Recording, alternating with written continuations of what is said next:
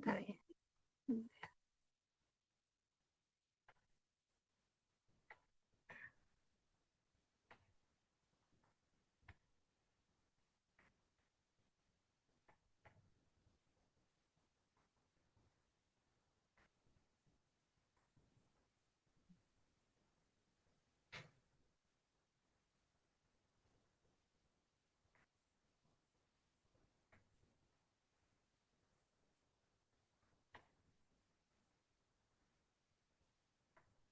Kelihatan nggak? Ini aku share screen.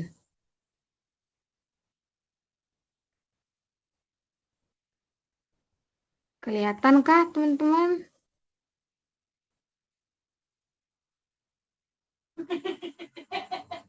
Oke, jadi aku bakalan mulai ya. Kita bakalan analisis isi esai dari Kak Riban Dinardi As-Sodiqi. Kak Riban hadir di sini kah?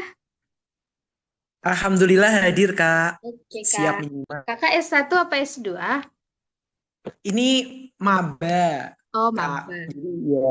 Oke, jadi kita mulai bahas ya. Yang pertama itu, ini karya hebatku untuk kemajuan Indonesia. Oke, bagus banget. Nah, jadi kalau di judulnya itu, kalau misalnya kalian nggak pakai judul, cuman mau pakai tema, yaitu karya hebatku untuk kemajuan Indonesia, usahakan di kalimat pertama ini, kita tuh jangan sampai salah. Kebanyakan dari esai yang aku review itu, baru baca aja kita udah nengok satu kesalahan. Apa itu? U-nya pakai huruf besar. Kebanyakan gitu ya. Jadi untuk yang bacanya itu baru baru aja baca. Masa udah nemu satu kesalahan gitu kan? Jadi untuk karya hebatku untuk kemajuan Indonesia ini pastikan huruf U-nya itu bukan huruf kapital.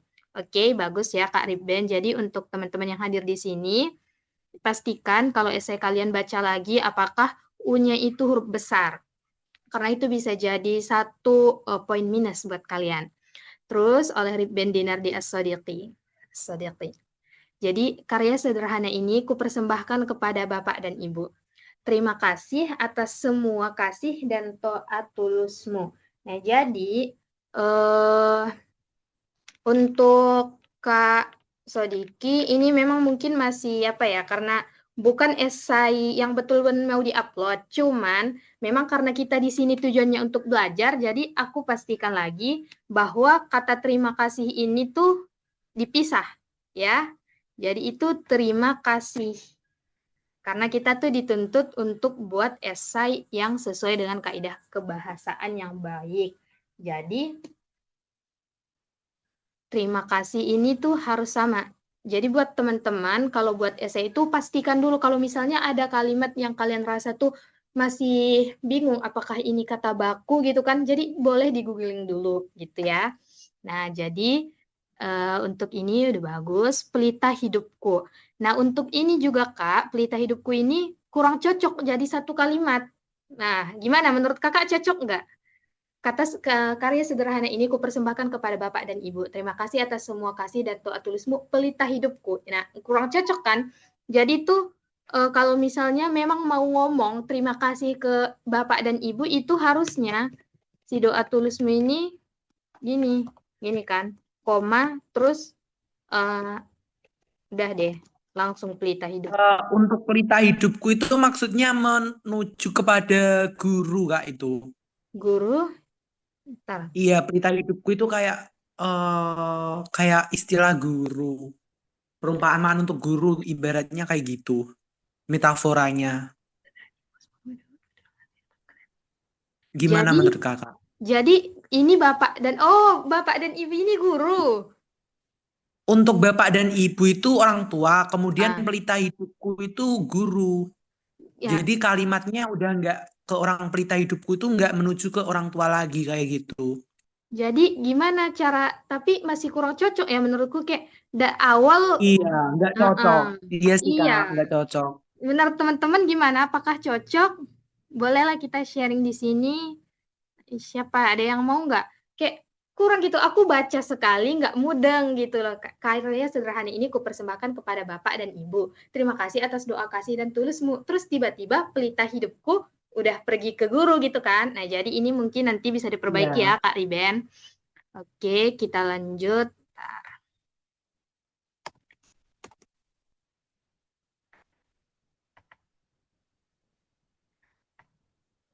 Nah, semoga keikhlasanmu menemani perjalananku mengarungi lautan ilmu dan selamat sampai dermaga bahagia alma mater, bangsa, dan negaraku. Oke, 19 tahun lalu. Nah, jadi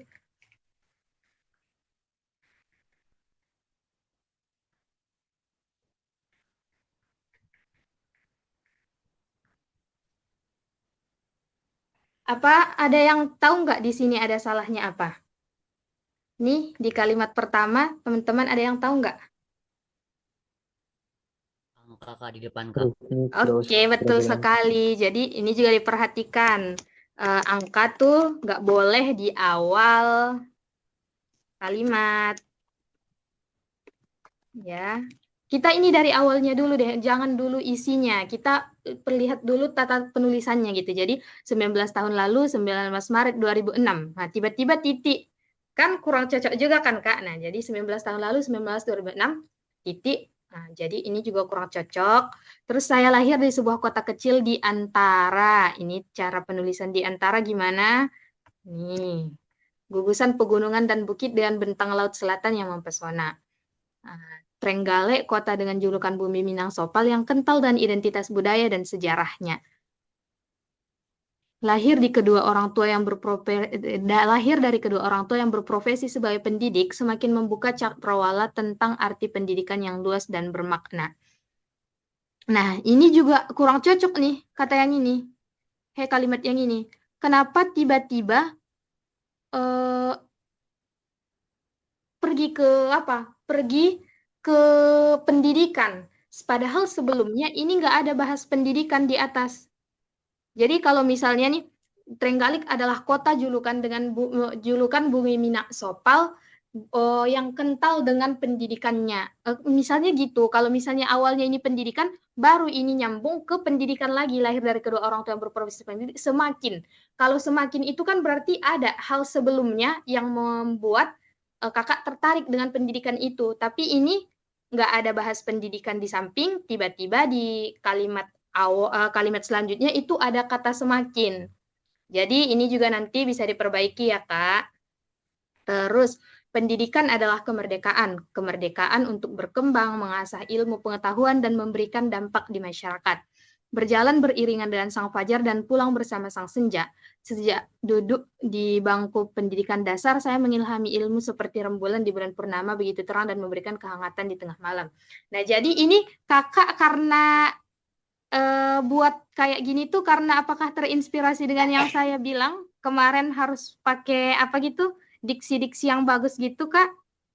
Iya Kak, betul. Jadi kayak Iya, ya berjalan beriringan dan sang senja itu saya memetaforakan bahwa saya mulai kecil itu sudah mengawali perjalanan pendidikan dari berangkat mulai pagi sampai dengan sore hari, terus seperti itu selama 12 tahun. Jadi saya buat kalimat itu. Menurut Kakak gimana? Kayaknya kayak juga belum nyambung.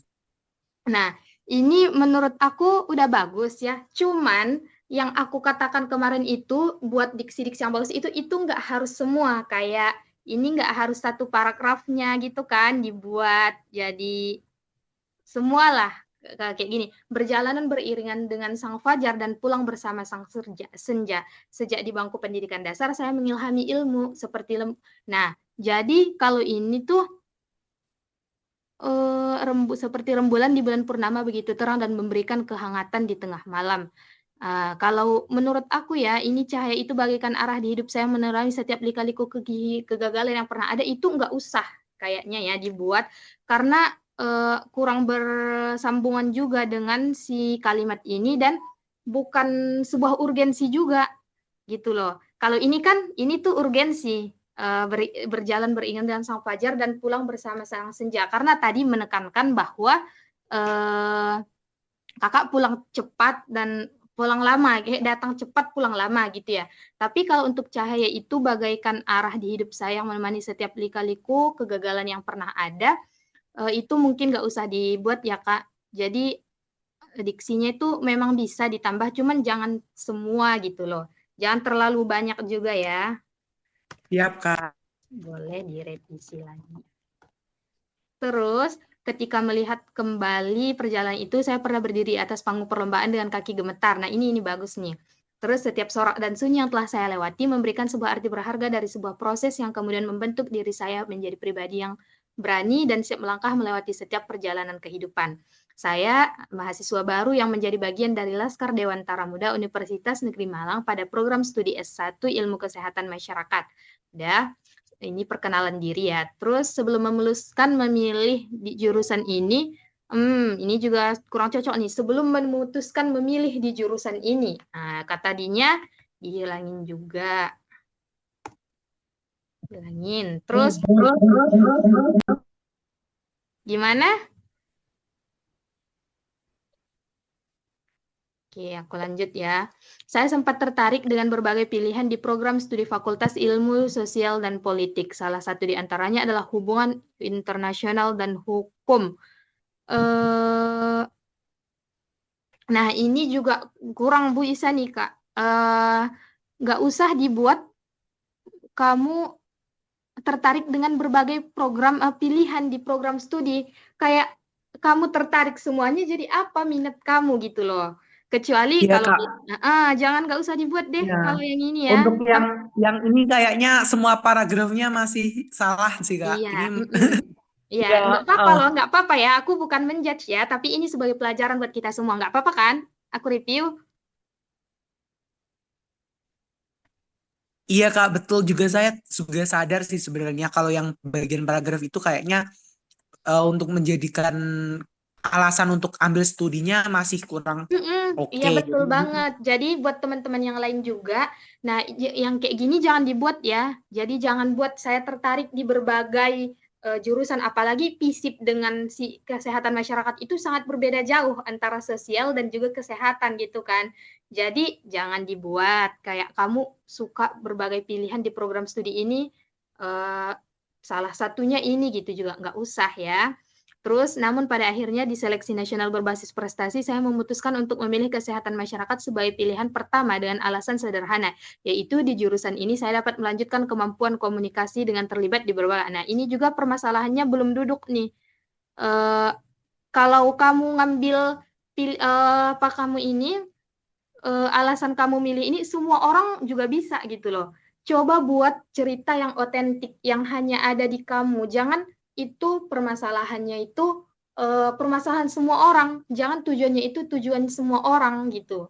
Jadi nanti bisa dibuat kayak alasannya kayak aku pribadi eh, yang seperti yang kita cerita semalam kan, kayak bisa dari pengalaman kita pribadi, terus pengalaman orang-orang yang kamu lihat, itu bisa jadi salah satu alasannya. Jangan alasan yang terlalu klise ya. Jangan terlalu klise. Terus, meskipun diplomat menjadi mimpi pertama, nah ini juga kurang cocok ya, meskipun diplomat menjadi mimpi pertama, namun saya percaya, ini kok harusnya koma. Namun saya percaya Tuhan meneruskan sekali luar biasa di masa depan. Saya berkomitmen untuk selalu memanfaatkan waktu dan kesempatan melalui berbagai kegiatan positif untuk mengembangkan minat dan bakat. Ini yang mic-nya bocor, boleh dong? Ini siapa ya?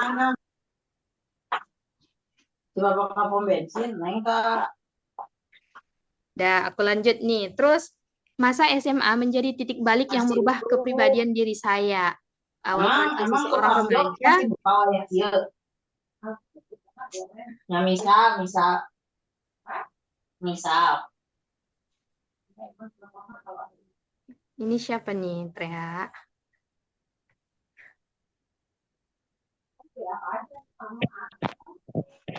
Ayah ini cuma dikasih. Kak Kania ya yang ngomong. Boleh Kak, mic-nya di apa dulu? Ayo mama makan. Oke deh, kita lanjut deh. Kayaknya lagi nggak denger ya. Terus, masa SMA menjadi titik balik yang merubah kepribadian diri saya. Awal transisi seorang remaja yang biasanya diisi oleh anak muda dengan euforia nyaman justru berbalik arah. Saya mulai mengisi waktu SMA dengan terlibat di berbagai kegiatan dan perlombaan. Perjalanan ini dimulai ketika semester pertama dengan mengikuti ajang pemilihan duta genre. Sebagai peserta dan kategori paling muda, tentu menjadi peluang untuk berproses dan belajar lebih awal. Nah, udah oke. Saya bertekad memberikan kemampuan terbaik, melepaskan semua keraguan dan ketakutan. Melalui lomba ini, saya membuktikan kegigihan sehingga dapat memberikan prestasi juara 3 genre kepada orang tua dan alma mater. Ini juga nggak usah sih ditekanin kepada orang tua dan alma maternya ya, Kak. Terus, Iya, forum, Kak.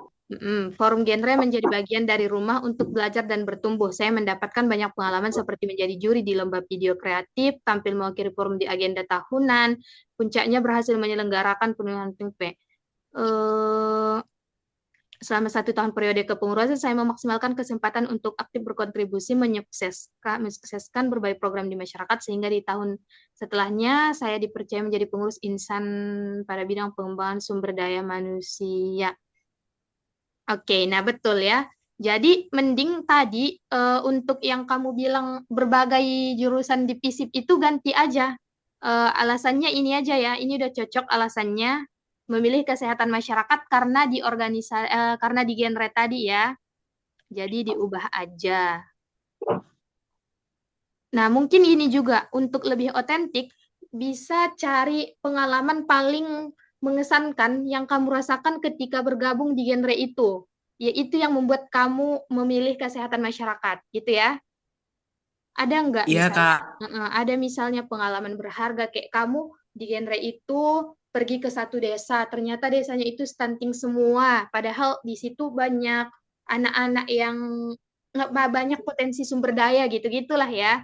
Jadi boleh aja itu ditambahkan nanti. Terus peran sebagai duta genre tidak hanya berhenti di pengabdian, tetapi juga saya berulang tak terbatas. Saya terus melanjutkan perjalanan ini tidak perlu sebanyak waktu. Eh, saya terus melanjutkan ini. Jadi ini juga kayak kamu bilang kan, ini tuh yang nggak boleh di SCBS unggulan itu mengatakan bahwa eh, mengatakan ini itu tapi nggak menuliskan buktinya gitu loh. Jadi kayak gini, saya terus melanjutkan perjalanan ini tidak peduli seberapa banyak kegagalan yang terjadi. Nah, saya waktu malam saya habiskan seorang diri untuk belajar dan bangkit kembali.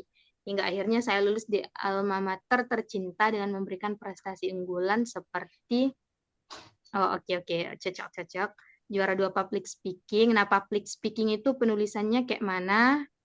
Tuh diperhatikan lagi. Dan mahasiswa tingkat nasional runner up 3 putra pendidikan Provinsi Jawa Timur, juara 2 duta demokrasi. Oke. Sebagai seorang siswa, prestasi yang saya raih tidak berhenti di bidang non akademik. Sejak di bangku kelas 10 berbagai olimpiade saya ikuti seperti OSN. Namun ternyata menjadi juara di olimpiade tidak semudah membalikkan telapak tangan. Perlu perjuangan dan kegigihan dalam setiap prosesnya.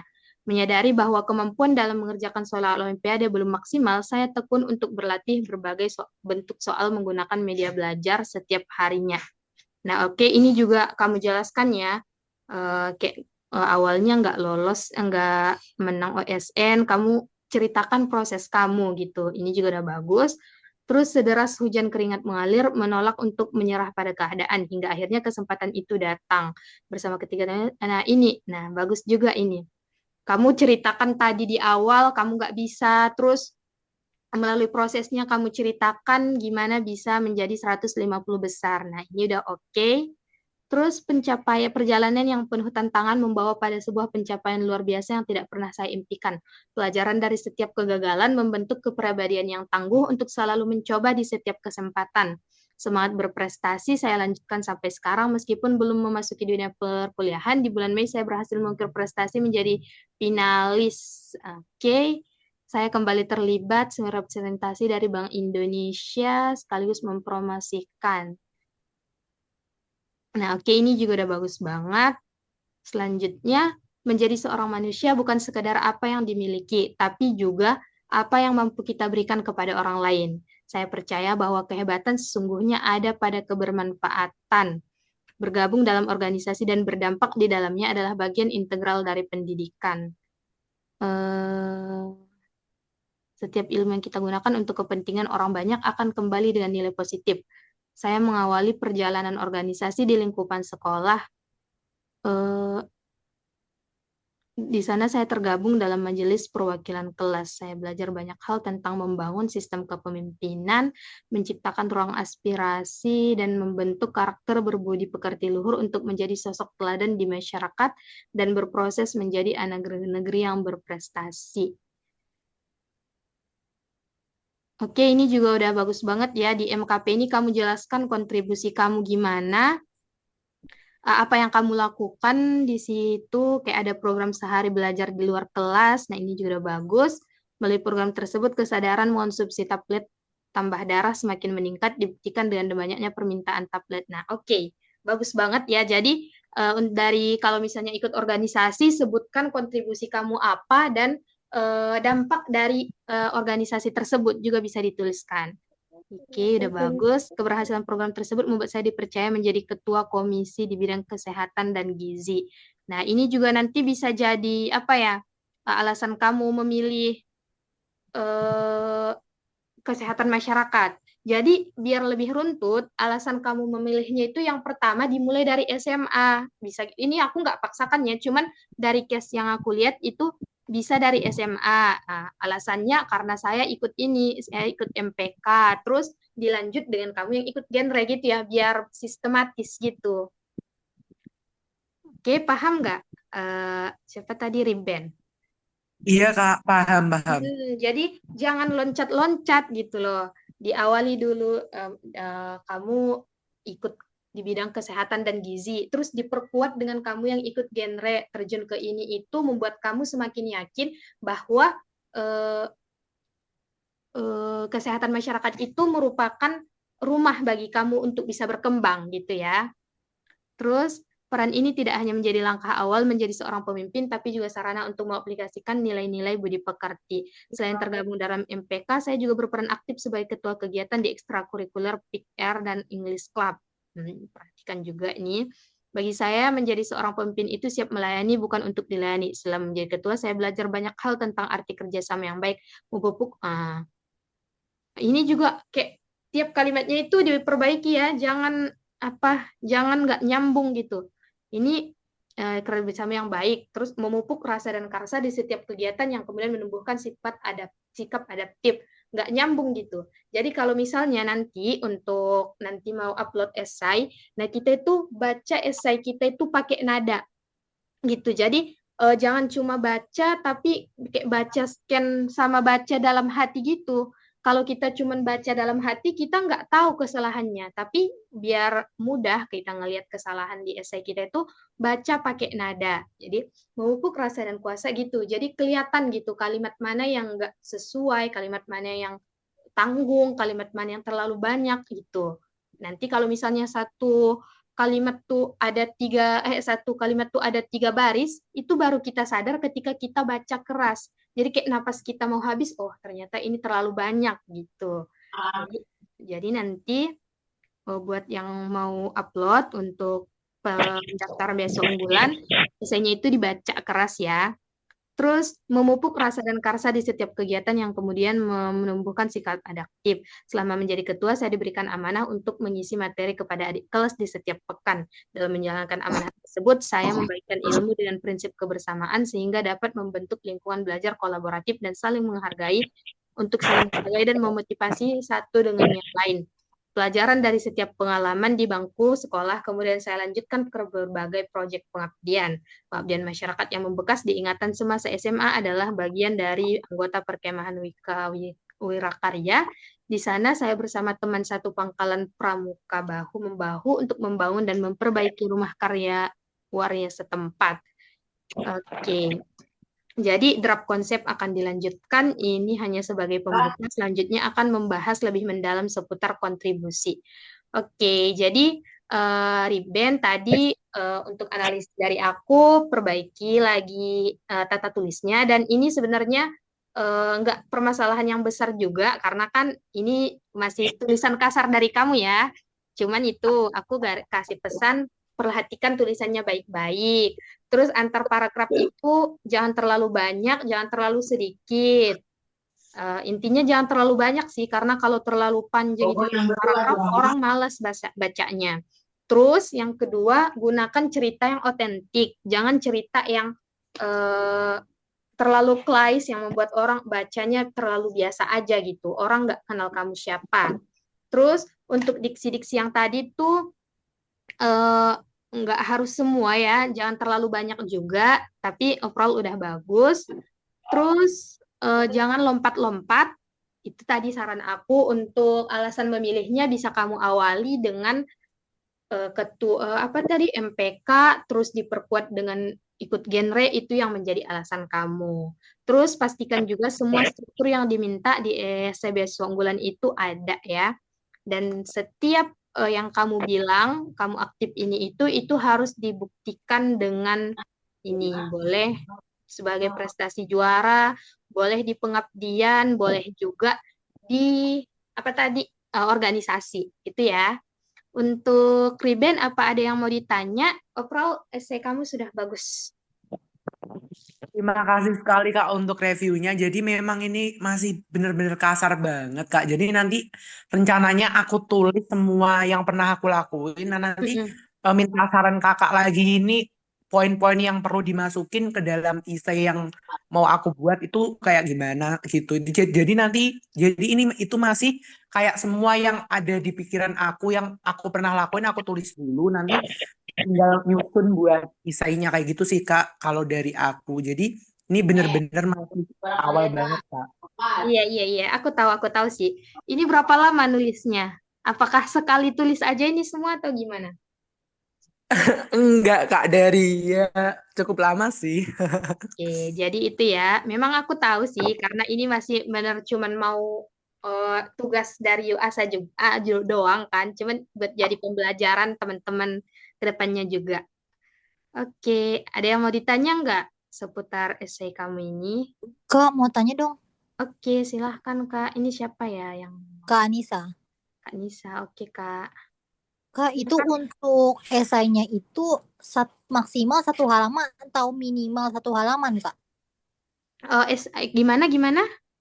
Itu kan kita kan disuruh bikin esai. Ah, Itu kita bikin itu maksimal 1 halaman atau minimal 1 halaman. minimal 1 halaman dong Kak. Yang di Oh, yang di Google Classroom kan? iya, iya. Iya, minimal 1 halaman. Kalau maksimal 1 halaman, paling berapa kata aja, apa poin aja yang ada di situ kan? Kalau maksimal berarti berapa halaman, Kak? 4 gitu, 4 lembar. Nah, ini ada dibilang Rahma Zulfa, kerangka esai. Yang di penugasan itu kerangka esai, bukan esai jadi. Itu ya gimana sih? Itu yang ngasih penugasan itu Kak Adit ya? Atau kalian ada yang tahu nggak? Aku belum buka Tapi kan, Google maaf Kak, Classroom soalnya. mau tanya Kak, jadi kalau di, ini kedengaran nggak ya? Kedengaran? Ah ya, jadi kalau di Google Classroom itu tulisannya maksimal 1 lembar dan di ukuran A4 gitu tulisannya Kak. Untuk Oke. kerangka esainya, tugas di Google Classroom. Oh, oke oke. Jadi bukan apa ya, bukan esai jadi, karena cuman kerangka maksimal 1 halaman aja gitu ya. Yes Kak. Oke, gitu Kak Anissa. Aku kira tadi esai. Kenapa, Kak? Kenapa? Jadi pertanyaan kakak tadi, apakah maksimal atau minimal? Jadi ternyata maksimal 1 halaman, karena yang diminta di KC itu cuman kerangka, bukan esai jadi, gitu Kak.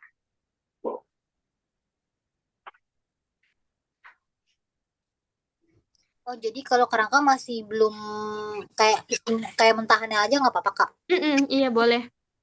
Kayak misalnya eh, pengenalan diri gitu, terus bisa lah buat kayak 3 kalimat, entah berapa kalimat gitu, terus lanjut ke apa-apa aja, intinya kayak poin-poin gitu loh Kak, poin-poin apa aja yang bakalan dibuat di esai ini biar nanti tuh terstruktur, kita nulisnya tinggal mudah, tinggal ngikutin itu kan, itu Kak.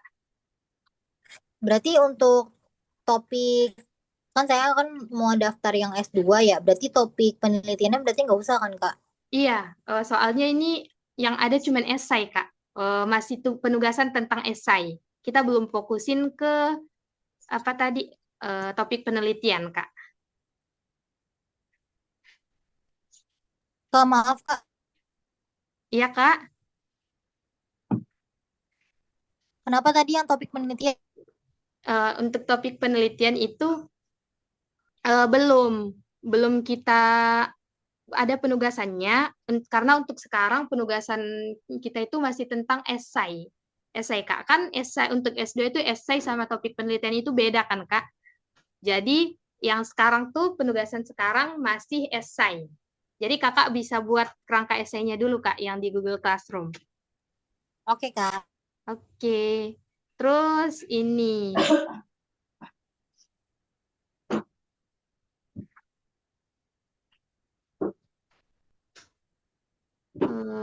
siapa lagi ya? Ntar ya aku lihat dulu di WA. Sebenarnya udah banyak banget yang kirim. Aku baca dulu deh ya. Yang mana yang cocok untuk di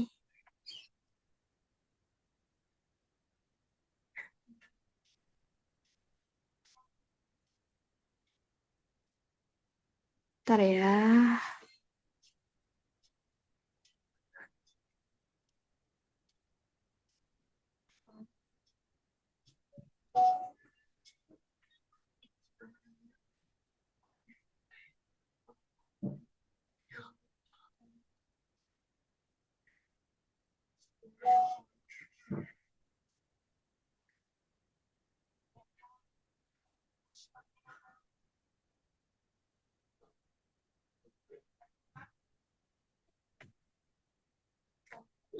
Wait ya, aku pilih dulu. Ini siapa, Kak? Maaf, Nazwa sudah mengirim draft awal esai, Kak.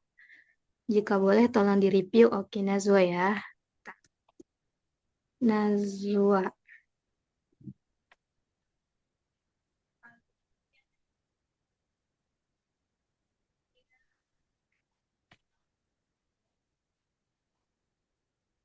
Oke, tak.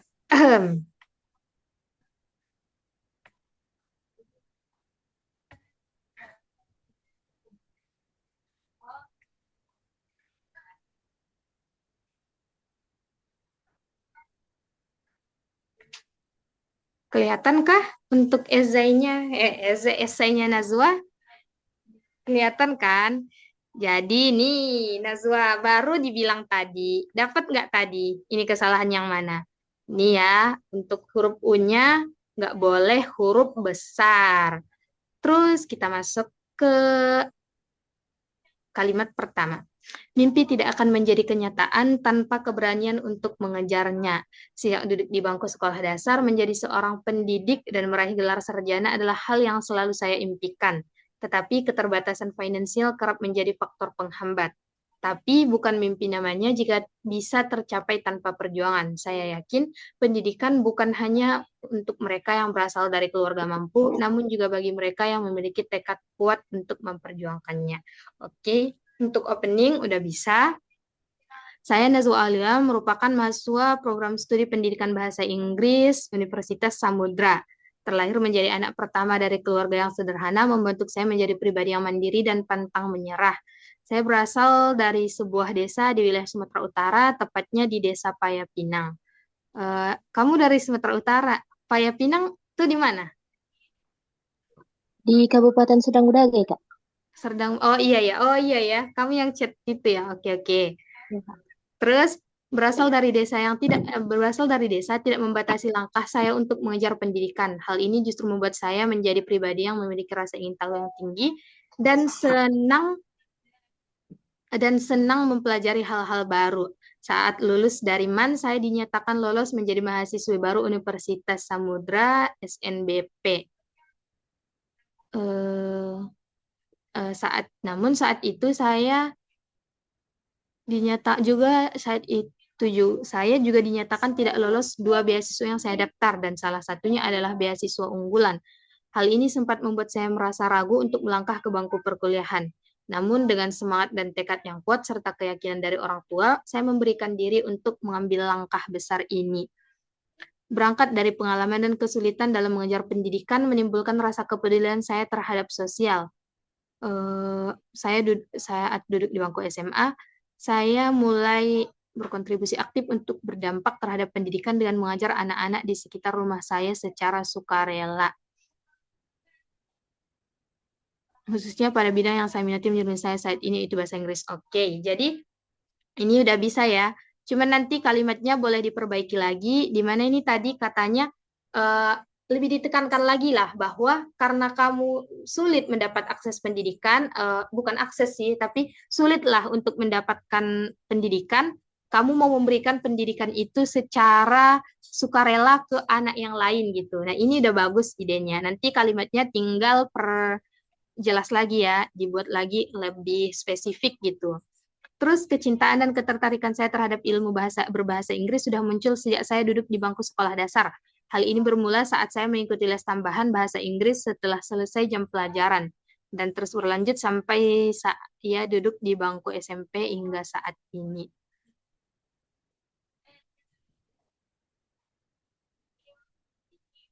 Udah, kalau misalnya memang ini kan les bahasa Inggris dan berlanjut terus sampai saya duduk di bangku SMP hingga saat ini.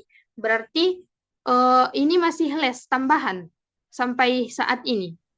Enggak sih Kak, sebenarnya waktu SD itu les tambahan, tapi sejak SMP sampai SMA itu ambil les di kursus Kak. Oke, jadi kalau misalnya memang udah nggak berlanjut lagi, ya udah bilang aja dan terus berlanjut sampai saya duduk di bangku SMP.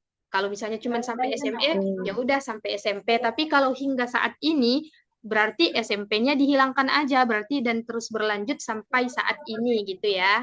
Oh ya, oke Kak. Terus hal ini yang menjadi alasan saya memilih jurusan pendidikan bahasa Inggris di Universitas Samudra.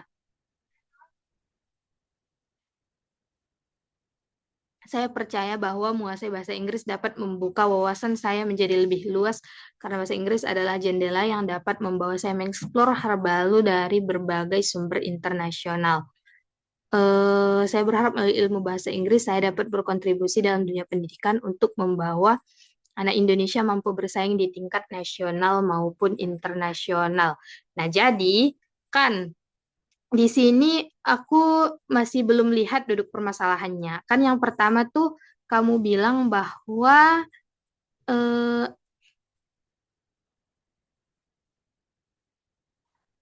saya percaya bahwa menguasai bahasa Inggris dapat membuka wawasan saya menjadi lebih luas. Terus saya berharap melalui ilmu bahasa Inggris saya dapat berkontribusi dalam dunia pendidikan untuk membawa anak Indonesia mampu bersaing di tingkat nasional maupun internasional. Karena aku belum baca di bawah ini udah dijelasin nggak?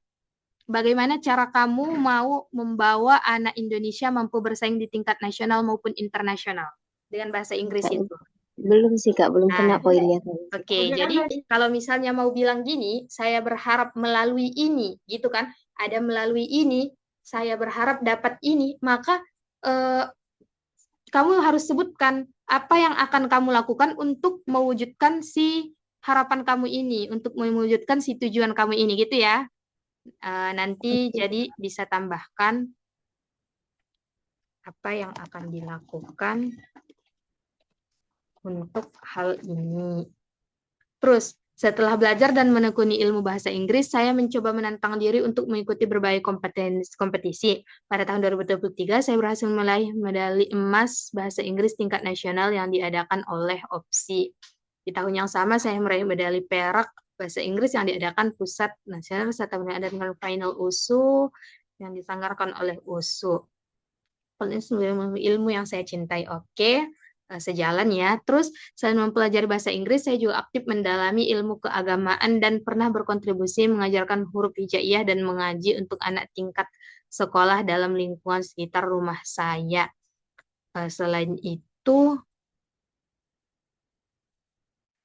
ini ada nih dua selain ya. Jadi ini juga agak diperhatikan lagi. Selainnya jangan terlalu banyak ya untuk satu paragraf. Satu aja boleh, nanti boleh pilih yang mana.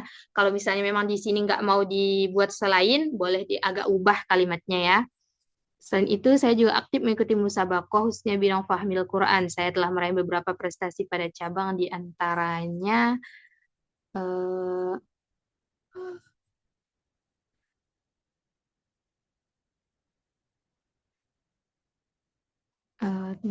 kemampuan berbicara di depan umum dapatkan ketika menjadi juru bicara. Saya aktif mengikuti berbagai perlombaan speech juga dibuat. Salah satunya saat SMA, saya dipilih menjadi perwakilan sekolah dalam MIC. Perlombaan ini menjadi langkah yang membentuk kepercayaan diri saya dalam public speaking. Saya juga dipercaya menjadi MC dalam acara keagamaan maupun kegiatan di masyarakat seperti lomba 17-an. Organisasi yang saya ikuti itu organisasi remaja masjid. Nah, untuk ini, jadi kan kamu nih udah bilang bahwa kamu aktif apa tadi? Public speaking kamu bagus, terus sering ikut jadi MC juga. Nah, jadi itu bisa jadi satu alasan kenapa memilih pendidikan bahasa Inggris ya. Jadi ini juga bisa jadi apa sih? Kenapa pendidikan? Kenapa nggak sastra Inggris gitu loh? Ini bisa jadi poin plus juga, bisa dijadikan celah buat kamu kenapa mau milih pendidikan bahasa Inggris. Kayak aku kemarin kan, aku bilang aku suka fisika. Terus kenapa pendidikan fisika? Kenapa nggak fisikanya aja gitu? Jadi dijelasin. Ini kamu bilang suka bahasa Inggris. Nah, kenapa harus pendidikan bahasa Inggris? Kenapa nggak bahasa Inggris aja, sastra Inggris dan lain sebagainya gitu ya? Nanti bisa ditambahkan. Terus berbagai pengalaman dan pencapaian telah saya raih tidak terlepas dari pengalaman literasi. Kemampuan literasi adalah kunci awal untuk membuka wawasan, memahami sebuah gagasan, dan kemampuan berkomunikasi. Namun sayangnya angka literasi di Indonesia masih sangat rendah. Menurut data UNESCO, minat baca masyarakat di Indonesia hanya 0,01%. Artinya dari 1.000 orang hanya ada 1 orang yang rajin membaca.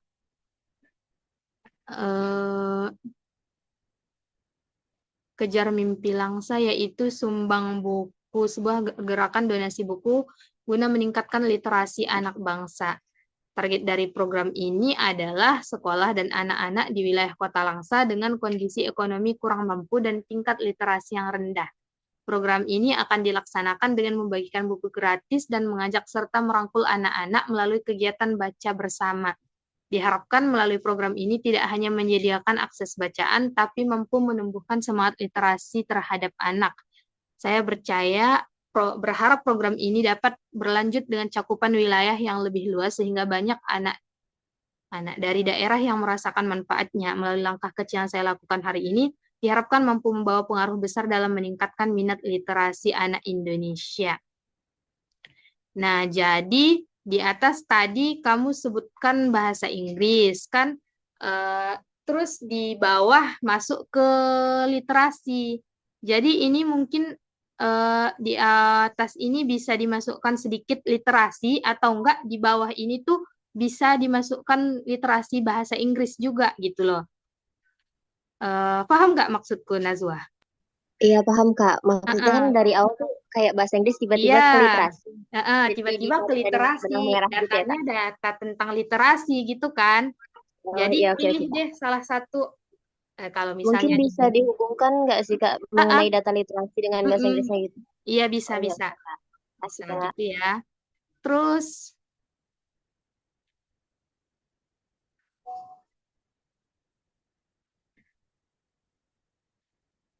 berdasarkan kontribusi dan pengalaman yang telah saya lakukan, muncul kesadaran bahwa rendahnya angka literasi serta minat belajar anak bukan hanya soal kemauan, tapi juga karena belum meratanya akses pendidikan di seluruh wilayah Indonesia. Ketimpangan akses pendidikan masih kita lihat hingga saat ini. Sebagai contoh, anak-anak yang berada di Pulau Jawa dapat merasakan akses pendidikan dan fasilitas yang sangat baik. Hal ini jauh berbeda dengan anak-anak yang tinggal di daerah yang masih kesulitan mendapatkan fasilitas pendidikan yang layak. Saya ingin membantu mewujudkan pemerataan pendidikan di Indonesia dengan membangun lembaga kursus bahasa Inggris di daerah yang minim akses fasilitas pendidikan. Nah, jadi berarti untuk karyanya ini ada 2 ya. Satu English course, satu apa tadi? Langsa tadi ya. Iya Kak. Jadi satu aja, tapi fokus gitu loh. Jangan kayak gini, kayak ada 2, kayak gimana cara kamu buatnya gitu. Satu aja. Boleh pilih yang mana, kalau memang yang tadi juga yang atau Langsa itu udah terwujud apa masih cita-cita tadi?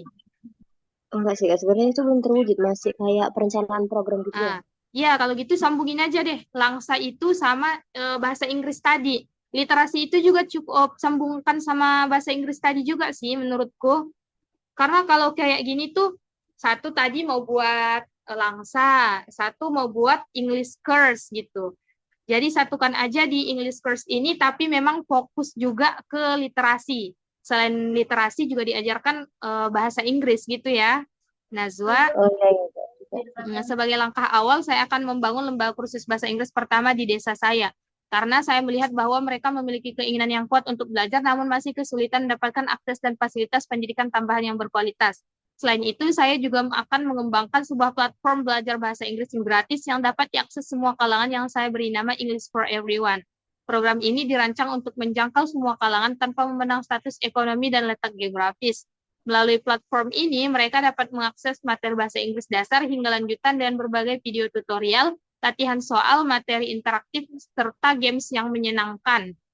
Nah, ini juga nih, kayak ada 3, udah ada 3, jadi fokus aja ya.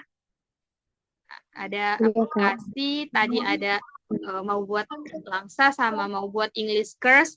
Menurut aku difokuskan saja, cuman memang dampaknya itu terlihat, strukturnya itu terlihat gitu ya. Platform ini dirancang untuk mewujudkan pembelajaran bahasa Inggris yang menyenangkan dan mudah diakses semua kalangan.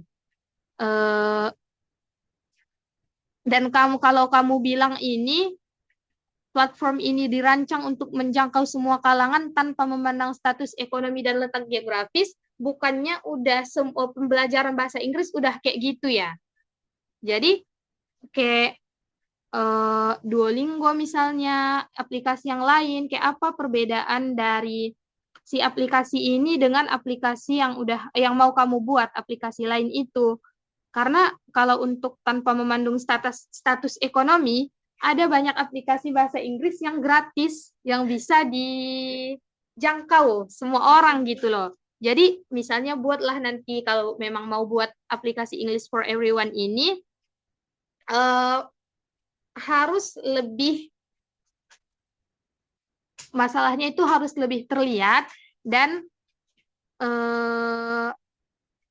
si keunggulan dari aplikasi yang mau kamu buat dan aplikasi yang sudah ada sekarang itu apa gitu ya. Oke Kak. Mungkin kita nih agak-agak cukup sama. Kemarin aku nggak ada buat kelebihannya kan, cuman aku buat di aplikasi aku itu permasalahannya fisika itu nggak disenangi orang-orang gitu kan. Nah, dan kemarin itu memang ada aplikasi khusus fisika kah menurut kalian? Belum sih Kak kayaknya. Jadi itu sih kemarin, dan memang aku nggak bagus, aku bilang nggak bagus esai aku, cuman dari esai aku yang kemarin aku kasih perbaikan. Esai aku kemarin tuh aku nggak bisa perbaiki, aku nggak bisa buat apa keunggulan dari aplikasi aku, tapi aku bisa kasih tahu ke kalian. Jadi untuk kalau mau buat aplikasi, pastikan aplikasi yang mau kamu buat itu bukan yang udah memang ada gitu, bukan lebih unggul aplikasi lain dibandingkan aplikasi yang mau kamu buat ataupun platform yang mau kamu buat gitu. Jadi kalau kamu bilang di sini tanpa memandang status ekonomi, kan aplikasi lain juga udah gitu, tanpa memandang letak geografis, aplikasi lain juga gitu kan. Jadi nanti boleh dibuat keunggulannya dan juga boleh dibuat permasalahan yang lebih krusial. Kenapa harus buat aplikasi itu?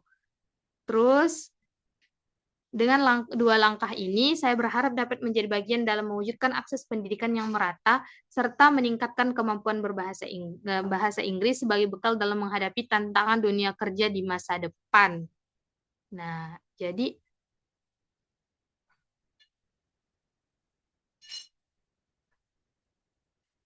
tiba-tiba sebagai bekal dalam menghadapi tantangan dunia kerja di masa depan. Kenapa tiba-tiba udah masuk ke dunia kerja, sementara di atas nggak dibahas tentang dunia kerja? Kalau memang mau buat dengan hal ini mau kan berarti itu kesimpulan kan, itu masuk kesimpulan. Berarti memang udah harus dibahas gitu loh. Kalau misalnya sebagai bekal dalam menghadapi tantangan dunia kerja, berarti di atas kamu sebutkan bahwa banyak mending gini aja. Bukan mending sih, tapi saran dari aku kasih opsi kalau memang mau buat sebagai bekal dalam menghadapi tantangan dunia kerja, gimana kalau kamu bahas di atas banyak orang Indonesia yang kemampuan berbahasa Inggrisnya masih kurang gitu loh kan, tapi mau kerja gitu. Jadi kalau memang mau tujuan kamu bekal dalam menghadapi tantangan dunia kerja di masa depan, berarti memang di atas harus bahas tentang dunia kerja. Kalau tujuan dari si meningkatkan bahasa Inggris ini. Tapi tadi tujuan kamu mana tadi? Tujuan kamu tadi ini. Jadi pastikan ya, tujuan sama kesimpulannya itu sama. Tujuan kamu tuh terjawab di kesimpulan. Jadi tadi tujuan kamu membawa anak Indonesia mampu bersaing. Nah, tapi di akhirnya itu sebagai bekal dalam menghadapi tantangan dunia kerja gitu. Paham kan, Nazwa? Ya paham Kak. Terus oleh karena itu saya Nazwa Aulia sebagai mahasiswa Universitas Samudra jurusan Pendidikan Bahasa Inggris siap belajar dengan gigih, mengembangkan potensi dan terus berkontribusi melalui karya hebat saya untuk kemajuan Indonesia. Dengan dukungan beasiswa unggulan, saya bertekad untuk memperdalam pengetahuan, menambah wawasan, dan terus berkontribusi aktif demi terwujudnya pemerataan pendidikan. Nah, ini pemerataan pendidikan lagi. Terus karena saya percaya bahwa pendidikan adalah hak setiap orang. Oke, jadi karena ini ya, nggak titik. Itu sih dari aku tadi berarti untuk analisis dari Nazwa yang pertama kontribusi sayanya jangan terlalu banyak sehingga nggak fokus di satu hal gitu, melompat-lompat. Terus untuk penulisannya sudah cukup bagus. Sama ini untuk closingnya masih kurang berkesan. Mungkin nanti bisa di apa lagi ya? Kayak dibuat closing yang lebih menarik gitu. Saya siap. Itu sih kalau dari aku, Nazwa. Apakah ada tanggapan atau mau bertanya? Terima kasih banyak Kak atas reviewnya. Mungkin yang Nazwa tangkap itu terlalu banyak permasalahan sehingga tidak fokus terhadap satu aja gitu Kak.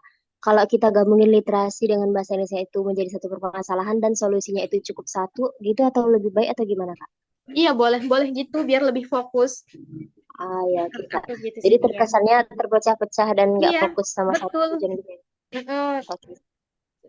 Gimana ya? Agak tidak realistis gitu loh. Jadi, Ya oke Kak, nanti direvisi. ya, Makasih Kak. betul. Oke. Terus ini ada lagi yang chat, bentar ya. Mungkin satu lagi ya. Satu lagi aja. Maaf ya, Muhammad Rafi, kamu hadir nggak sekarang? Ada Kak, ada. Sorry, tadi aku baru sempat ngerjain review semua esai itu tadi pagi dan kebetulan kamu aksesnya belum ngasih, jadi aku nggak bisa editnya.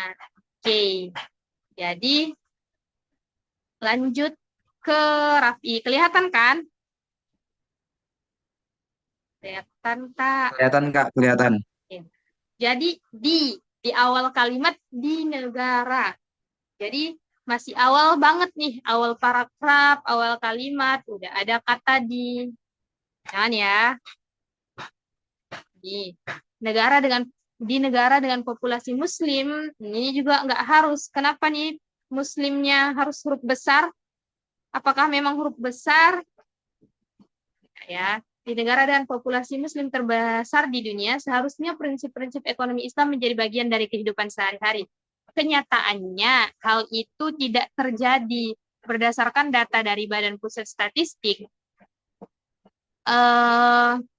tahun 2024, sebanyak 87% dari total penduduk beragama Islam.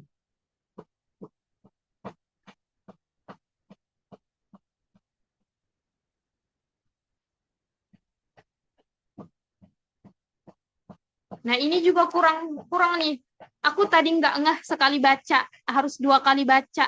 Jadi, di negara dengan populasi muslim terbesar di dunia, seharusnya prinsip-prinsip ekonomi Islam menjadi bagian dari kehidupan sehari-hari. Kenyataannya hal itu tidak terjadi. Berdasarkan data dari Badan Pusat Statistik, harusnya itu datanya ini udah bagian apa sih? Udah hal yang berlawanan dengan ini. Si kata kenyataannya ini. Tiba-tiba di kalimat ini, kamu malah kembali ke kalimat yang ini. Paham nggak maksud aku? Paham nggak? Paham. Jadi kalau misalnya memang mau buat si data ini sama data ini, di awal aja langsung negara dengan Indonesia adalah negara dengan populasi terbesar di dunia. Nah, berdasarkan data statistik segini, baru masuk ke ini, ke seharusnya ini, terus masuk ke kenyataannya, masuk ke sini. Gitu ya, paham ya? Jadi Paham ini nggak? antar kalimatnya melompat-lompat. Kurang cocok ya dibaca. Terus ironisnya besarnya jumlah umat muslim Indonesia belum diiringi dengan pemahaman ini juga yang memadai tentang sistem ekonomi yang selaras dengan ajaran agama Islam. Survei Nasional Literasi dan Inklusi Keuangan yang dirilis mencatat bahwa indeks literasi keuangan syariah Indonesia hanya mencapai, ini berarti mayoritas masyarakat Muslim Indonesia belum memahami atau belum mengenal prinsip dasar ekonomi syariah, prinsip-prinsip serta larangan riba, keadilan dalam transaksi. Oke, bentar ya teman-teman, aku balas chat kawanku dulu bentar ya. Ada informasi penting seperti ini.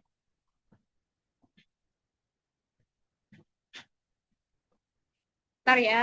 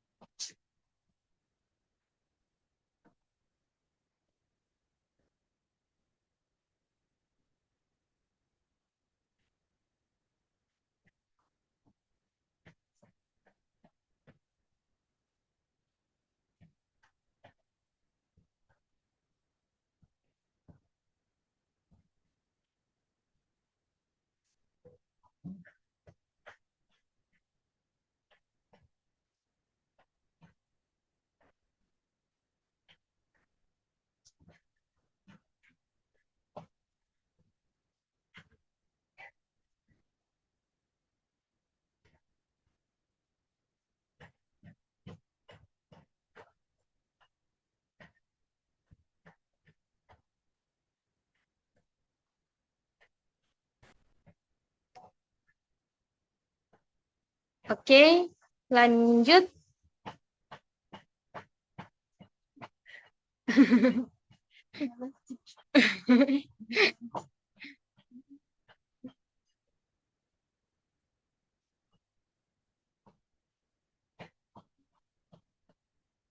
Dah sampai sini tadi. Mencatat bahwa indeks literasi keuangan syariah Indonesia hanya mencapai 39%. Ini berarti mayoritas masyarakat muslim Indonesia belum memahami atau bahkan belum mengenal prinsip dasar ekonomi syariah. Prinsip seperti larangan riba, keadilan dalam transaksi, keberkahan dalam harta, serta tanggung jawab sosial dalam muamalah masih terdengar asing di telinga banyak orang. Sungguh sebuah realitas yang mengkhawatirkan. Prinsip ekonomi yang lahir dari nilai-nilai Islam justru terasa asing di tanah yang mayoritasnya beriman kepadanya. Oke, jadi untuk paragraf ini perbaikannya di bagian yang sini ya. Terus saya Muhammad Rafi Hussein, seorang pria muslim yang akan menempuh pendidikan tinggi di Universitas Airlangga, program studi ekonomi Islam. Sejujurnya, ekonomi Islam bukanlah pilihan utama saya saat mendaftar kuliah. Ini adalah pilihan kedua yang saya pilih karena rasa ketertarikan akan belajar ekonomi yang selaras dan prinsip-prinsip agama saya. Tidak lebih. Maka ketika pengumuman hasil seleksi keluar dan saya justru diterima di pendidikan ekonomi Islam, saya diliputi rasa bingung kenapa malah di pilihan kedua, bukan pilihan pertama. Pertanyaan itu terus menggema di pikiran saya. Lambat laun, oke, kalau misalnya memang kamu mau bisa membuktikan ini, nggak apa-apa. Buat teman-teman yang mungkin, teman-teman lain yang memang bukan pilihan pertamanya, itu nggak apa-apa disebutkan, cuman harus kita bisa meyakinkan si penilai ini bahwa dengan bukan di pilihan pertama pun kita bisa survive gitu loh. Kita bisa menunjukkan hal terbaik dari diri kita. Terus lambat laun saya mencoba untuk menerima dan bersyukur. Saya percaya bahwa setiap jalan yang saya tempuh adalah bagian dari skenario terbaik yang Allah siapkan. Seiring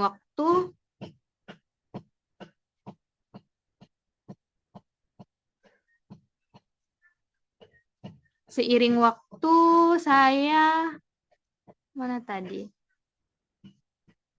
Saya melalui proses refleksi diri, saya mulai menyadari kemungkinan jawaban dari kemungkinan itu. Saya merasa mungkin inilah cara Allah menunjukkan bahwa saya perlu mempelajari dan memahami ekonomi dari sudut pandang yang lebih bermakna, bukan hanya sekedar. Oke. Jadi untuk di esai itu, jangan ada kata mungkin. Ya, udah tahu belum aturannya? Ini. Kata mungkin itu tidak boleh ada. Terus, ini juga alasannya itu kurang cocok. Kamu nggak bisa menjelaskan di pilihan kedua ini, kamu nggak apa-apa. Karena di sini coba, kamu seakan-akan di sini tuh mengatakan bahwa takdir yang membawa kamu ke sini. Kamu cuman berpasrah gitu loh. Paham nggak sih maksudku? Paham nggak? Paham. Jadi jangan terlalu ditunjukkan bahwa apa yang terjadi kamu terima aja gitu. Karena itu menuju konotasi yang negatif gitu ya. Jadi dan lebih dari itu saya bukan hanya belajar untuk diri, melainkan untuk bisa membagikan pemahaman ekonomi syariah kepada masyarakat luas. Refleksi ini membawa saya kembali pada masa SMP, tepatnya saat masa lockdown. Saat itu saya gemar menonton video tentang ekonomi dan investasi.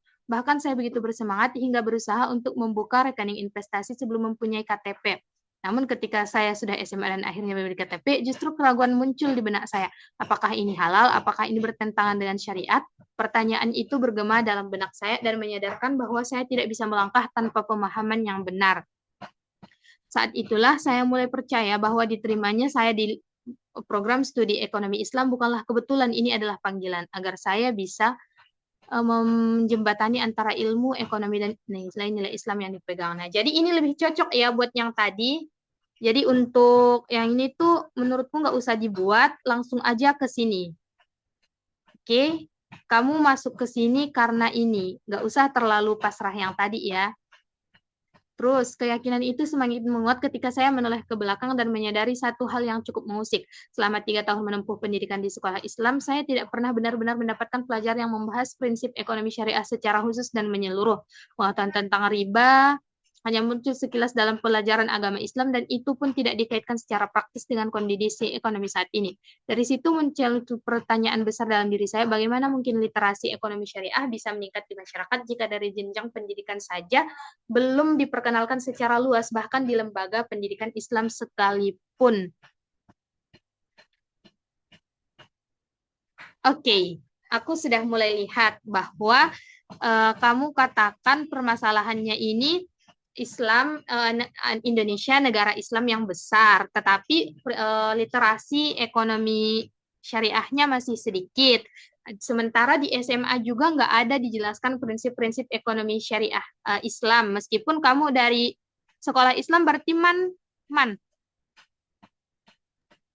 Saya Muhammadiyah, Kak, dari SMA Muhammadiyah. Oke, jadi memang nggak ada ya? Iya, Pengetahuan nggak ada. riba zakatnya itu masih minim gitu ya. Nah, jadi Nggak, betul. berarti untuk solusi yang kamu tawarkan berarti harus menjawab ini dong.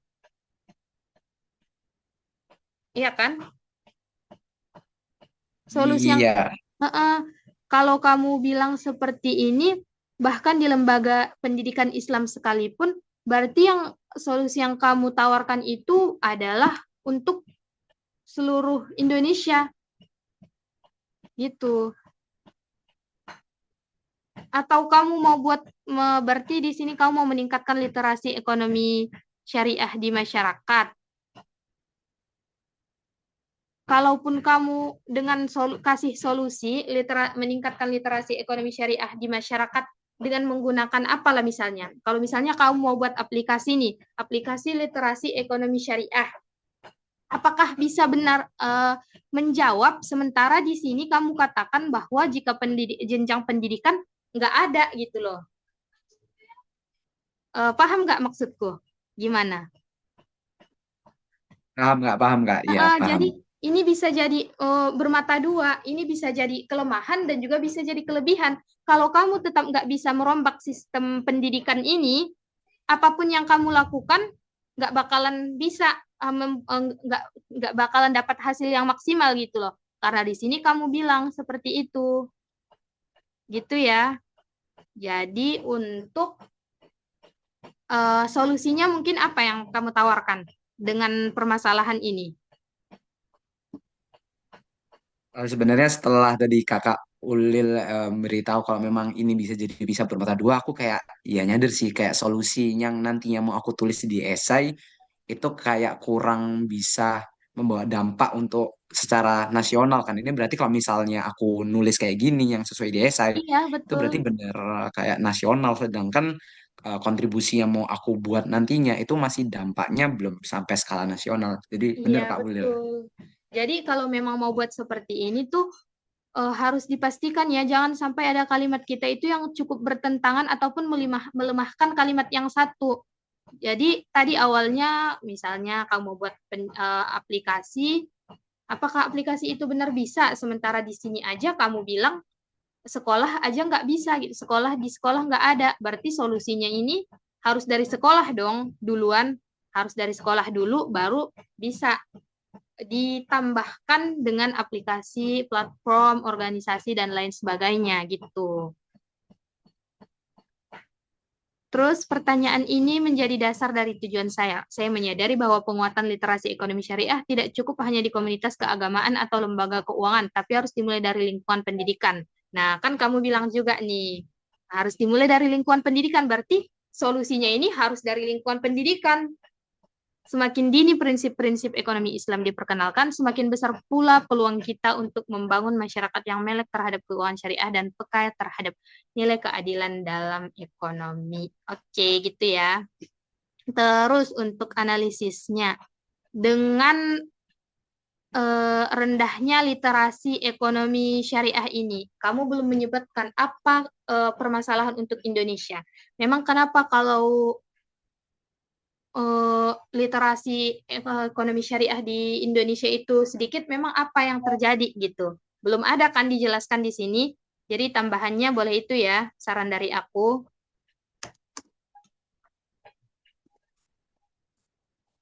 Literasi ekonomi syariah itu rendah.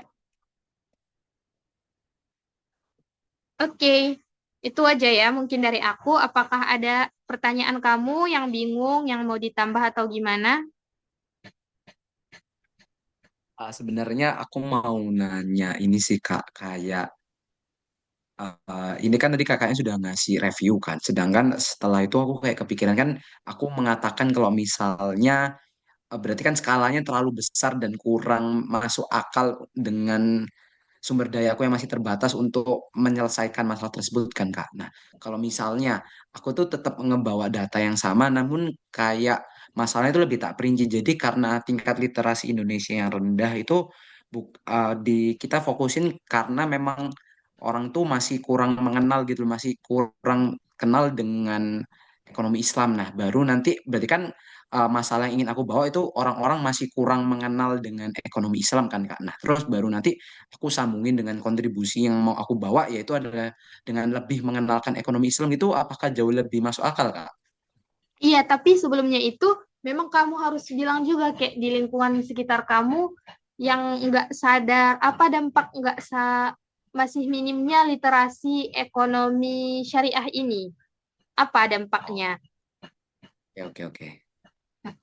Itu sih, iya lebih make sense itu sih dibandingkan dengan yang tadi.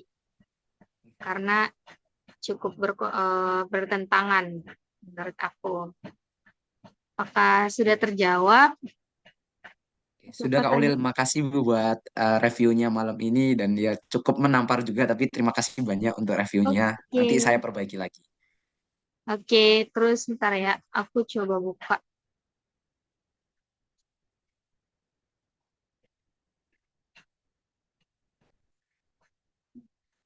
Ini ada yang tanya juga.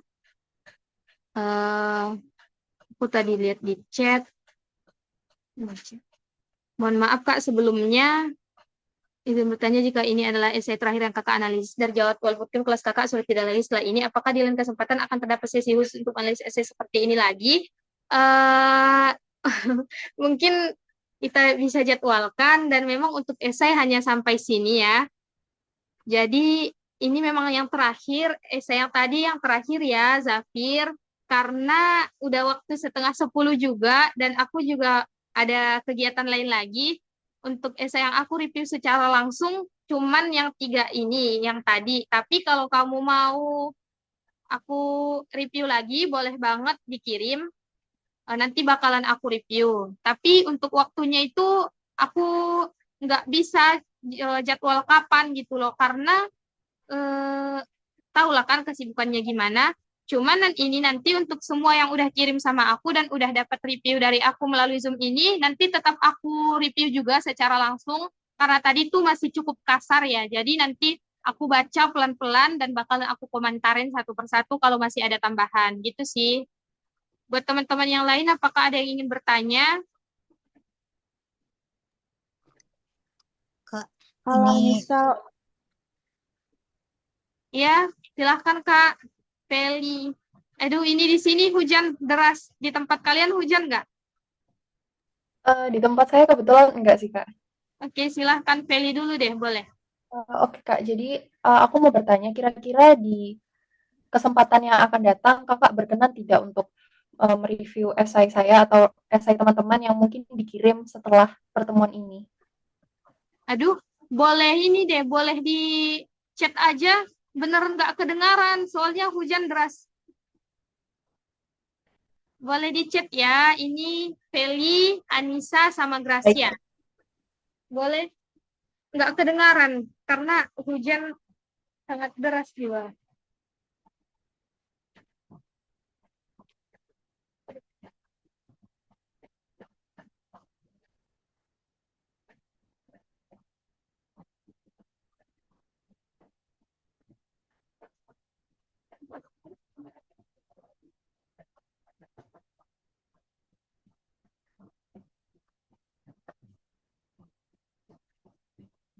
Oke, hujannya udah agak reda. Kalau mau on mic juga udah boleh.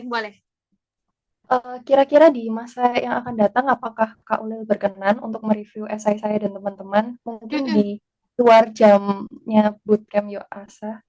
Oke, boleh sih. Nanti boleh kalau misalnya aku agak senggang, uh, aku bisa kabarin di grup ya kapan kita bakalan adain Zoom lagi. Cuman itu memang aku nggak tahu kapan bisa sempat. Soalnya kalau ada jadwal kosong, itu aku cari kesibukan apa maksudnya ngerjain tugas lain juga gitu loh. Jadi kalau untuk Zoom lagi, itu aku belum bisa pastikan kapan, nanti bakalan aku kabari lagi. Untuk yang mau chat, chat aja, nanti bakalan aku review. Di melalui kirimnya via docs ya, biar mudah. Tentu aku mau dong, masa nggak mau. Terus, Kak, saya kan belum selesai esainya. Kalau lusa baru bisa kirim secara pribadi Kakak mulai chat pribadi, apakah bisa? Mungkin bisa menulis notes di Google Docs pembicaraan aplikasi. Iya, boleh. Silahkan ya. Kak Terus izin tanya, ini kalau mau absen berarti topiknya apa ya? topiknya analisis esai yang itu final awardee. Oke, Kak. Soalnya ini untuk pertemuan yang kemarin. Lalu ada pertanyaan lagi sebelum kita tutup.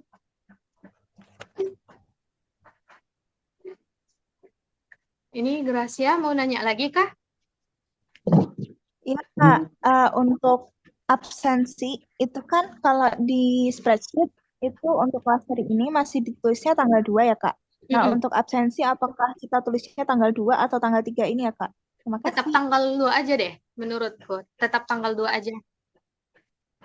Oh, oke, Kak. Makasih, Kak. Oke, Oke, kalau begitu sudah nggak ada yang mau nanya ya. Terima kasih atas kehadirannya hari ini. Untuk misalnya nanti ada jadwalku yang kosong dan mau di review esainya secara langsung, itu bakalan aku kabarin di grup. Dan yang mau kirim esai secara pribadi dan aku review langsung di Gdocs itu boleh juga. Nanti bakalan aku balas secara bertahap dimulai dari bawah. Oke, mungkin itu aja. Terima kasih untuk malam ini. Ada 21 yang hadir. 20 ya, karena kurang aku. Selamat malam semuanya dan terima kasih. Ya, Rahma, Makasih, Kak. amin. Oke. Terima kasih, Kak. Terima kasih banyak, Kak.